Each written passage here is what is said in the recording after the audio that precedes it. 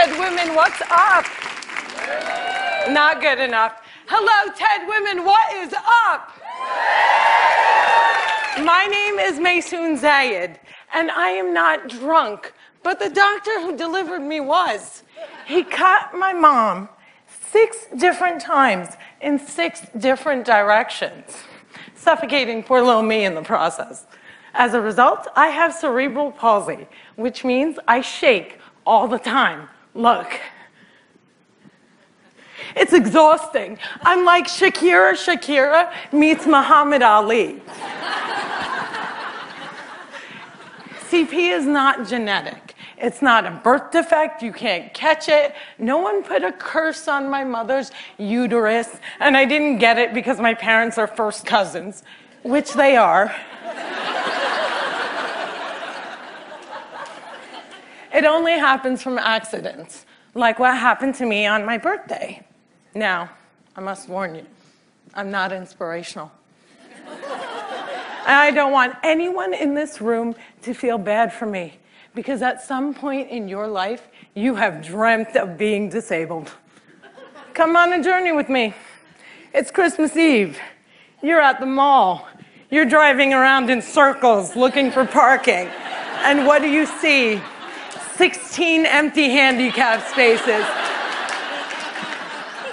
And you're like, God, can't I just be a little disabled?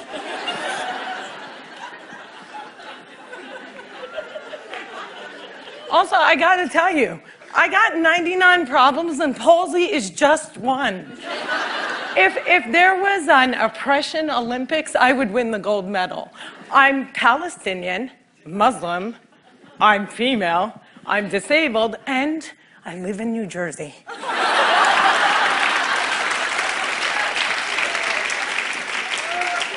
If you don't feel better about yourself, maybe you should. Cliffside Park, New Jersey is my hometown. I have always loved the fact that my hood and my affliction share the same initials. I also love the fact that if I wanted to walk from my house to New York City, I could. A lot of people with CP don't walk. But my parents didn't believe in can't. My father's mantra was, you can do it. Yes, you can. So, if my 3 older sisters were mopping, I was mopping. If my 3 older sisters went to public school, my parents would sue the school system and guarantee that I went too. And if we didn't all get A's, we all got my mother's slipper.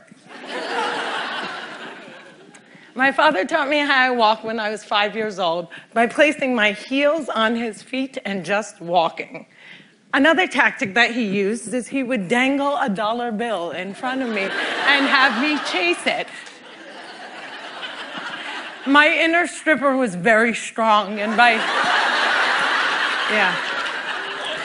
the first day of kindergarten, I was walking like a champ who had been punched one too many times.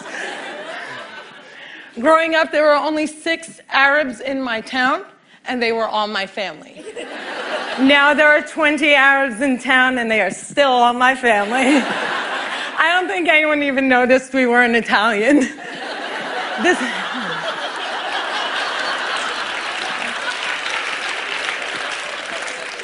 This was before 9/11 and before politicians thought it was appropriate to use "I hate Muslims" as a campaign slogan.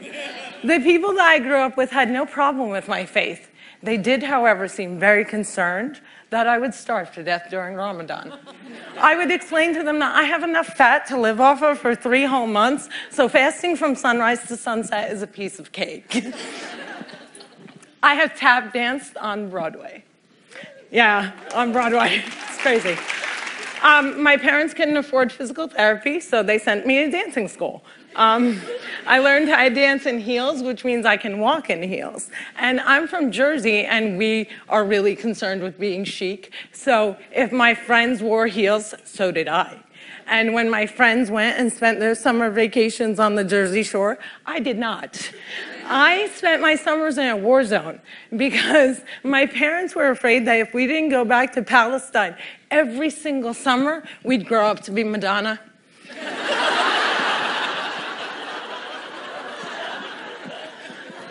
Summer vacations often consisted of my father trying to heal me. So I drank deer's milk, I had hot cups on my back, I was dunked in the Dead Sea, and I remember the water burning my eyes and thinking, it's working, it's working!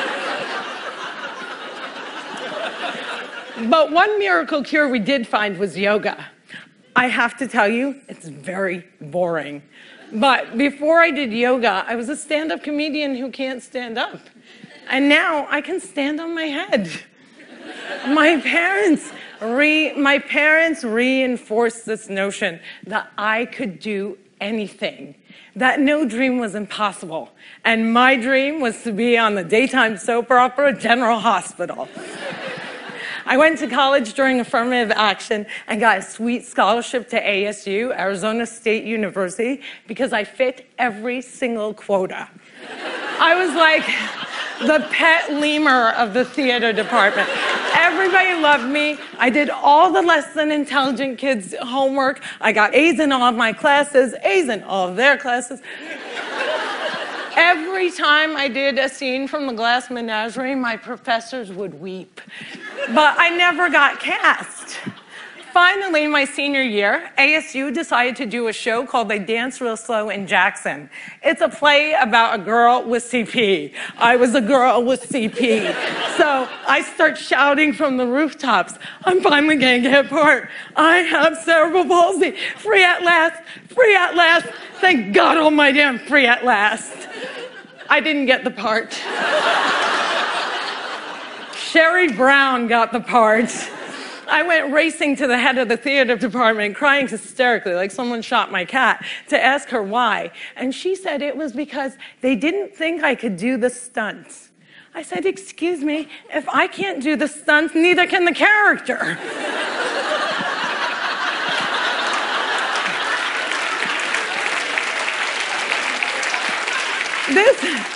This was a part that I was literally born to play, and they gave it to a non-palsy actress. College was imitating life. Hollywood has a sordid history of casting able-bodied actors to play disabled on screen. Upon graduating, I moved back home, and my first acting gig was as an extra on a daytime soap opera. My dream was coming true, and I knew that I would be promoted from diner to wacky best friend in no time. But instead, I remained a glorified piece of furniture that you could only recognize from the back of my head. And it became clear to me that casting directors didn't hire fluffy ethnic disabled actors. They only hired perfect people, but there were exceptions to the rule. I grew up watching Whoopi Goldberg, Roseanne Barr, Ellen, and all these women had one thing in common. They were comedians. So I became a comic.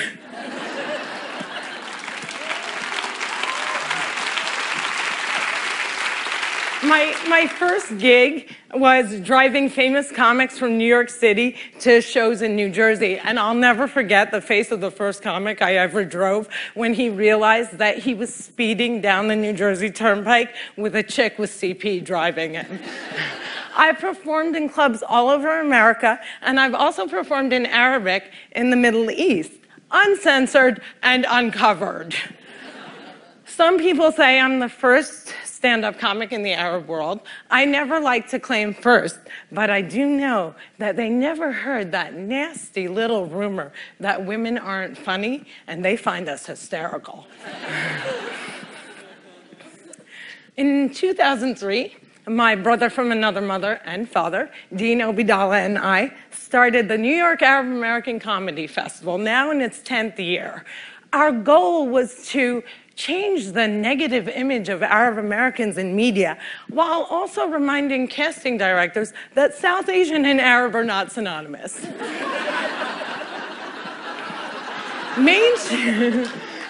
Mainstreaming Arabs was much, much easier than conquering the challenge against the stigma against disability. My big break came in 2010. I was invited to be a guest on the cable news show Countdown with Keith Olbermann. I walked in looking like I was going to the prom, and they shuffle me into a studio and seat me on a spinning rolling chair. So I looked at the stage manager and I'm like, excuse me, can I have another chair? And she looked at me and she went, 5, 4, 3, 2, and we were live, right? So I had to grip onto the anchor's desk so that I wouldn't roll off the screen during the segment. And when the interview was over, I was livid. I had finally gotten my chance and I blew it. And I knew I would never get invited back. But not only did Mr. Oberman invite me back, he made me a full-time contributor, and he taped down my chair.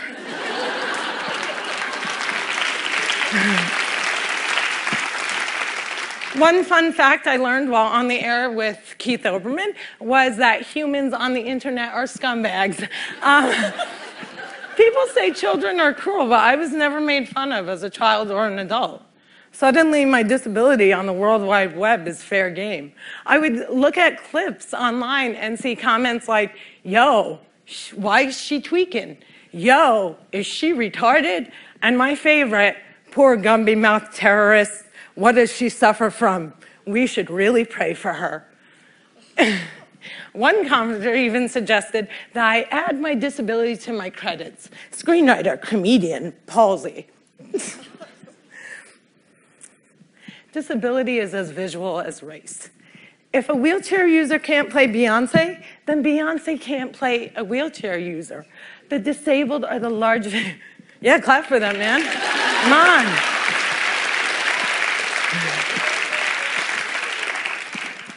People with disabilities are the largest minority in the world, and we are the most underrepresented in entertainment. The doctor said that I wouldn't walk, but I am here in front of you. However, if I grew up with social media, I don't think I would be.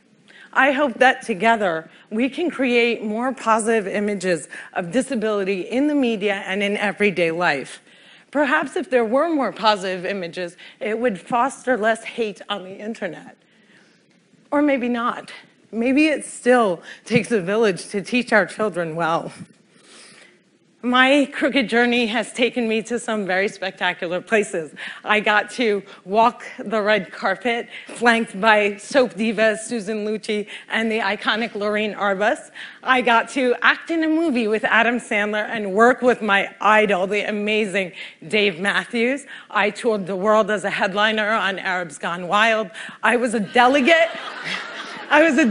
representing the great state of New Jersey at the 2008 DNC, and I founded Maysoon's Kids, a charity that hopes to give Palestinian refugee children a sliver of the chance my parents gave me. But the one moment that stands out the most was when I got, before this moment,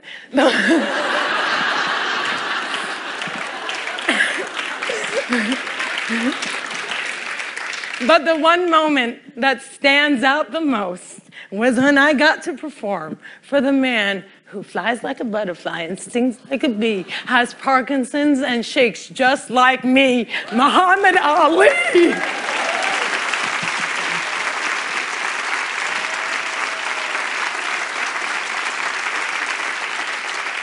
It was the only time that my father ever saw me perform live, and I dedicate this talk to his memory. Allah yarhamak yaba. My name is Maysoon Zayed, and if I can, you can.